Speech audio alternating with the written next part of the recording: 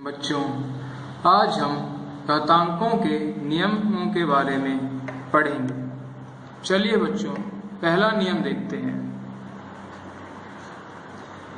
एक ही आधार वाली घातों का गुणन।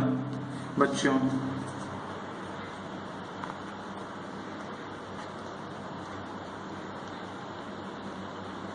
यह देखिए, इसमें दोनों के आधार दो ही है और घातें अलग अलग हैं। तो बच्चों, इनका गुणन कैसे होगा?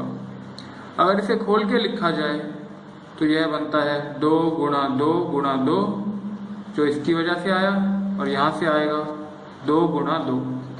तो बच्चों, 2 कितनी बार हुआ? 1 2 3 4 5 बार। तो बच्चों, ये आ गया 2 का घात 5, जो कि बच्चों 3 योग 2 भी होता है। तो बच्चों, जब एक ही आधार पे 2 घात हों तो दोनों घातों का योग कर देना चाहिए। तो बच्चों, यह होगा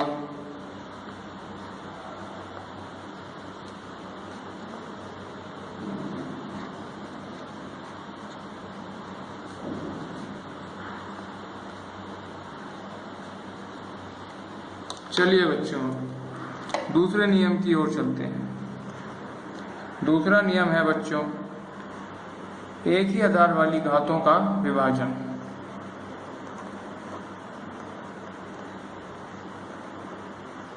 जैसा कि आप देख सकते हैं, इसमें दोनों ही आधार 3 हैं, मगर घात एक की 7 और दूसरे की 4 है।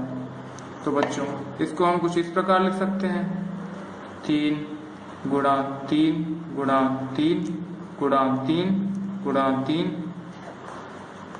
गुणा 3 गुणा 3, यानी कि 7 बार 3, जो यहाँ से आएगा, और इसका भाग करना है हमें 3 गुणा 3 गुणा 3 गुणा 3, 4 बार 3, जो इसके उससे आया।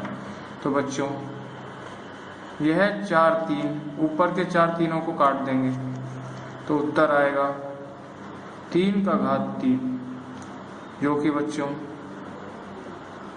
अगर 7 में से 4 को निकालते तो भी वही बनता। तो बच्चों, यह नियम हो गया। यह देखिए, अगर दोनों के आधार एक ही हो तो घातों और उनमें भाग करना हो तो घातों में से माइनस कर देते हैं।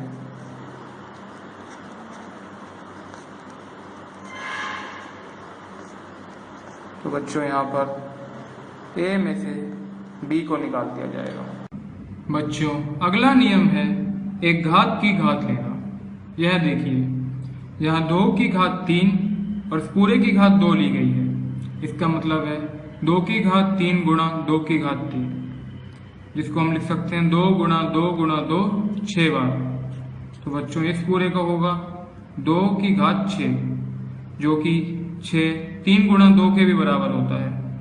तो बच्चों, यह नियम पता चला हमें, अगर किसी आधार कोई घात की घात ली जाए तो दोनों घातों का गुणा कर देना चाहिए।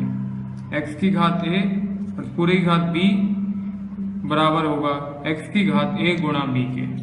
चलिए बच्चों, अब अगला नियम देखते हैं। एक घात के 2 आधारों का गुणा करना। जैसा कि आप देख सकते हैं, 2 की घात 3 गुणा 3 की घात 3 दी हुई है। तो बच्चों, यहाँ घात 1 है और आधार अलग है। तो यहाँ 2 गुणा 2 गुणा 2 गुणा 3 गुणा 3 गुणा 3, यानी कि 2 3 बार और 3 3 बार। बच्चों, और हम 1 2 और 1 3 को अलग अलग बांट सकते हैं। तो ये हो गया 6 गुणा 6 गुणा 6, यानी कि 6 की घात 3। और 6 को बच्चों 2 गुणा 3 भी लिखा जा सकता है। तो इससे हमें पता चलता है जो आधार हैं हम उनको गुणा करके उनकी घात 1 ही ले लें तो वह भी हमें एक ही उत्तर देगा। x की घात 1 गुणा y की घात 1 बराबर होगा x गुणा y की घात 1 के।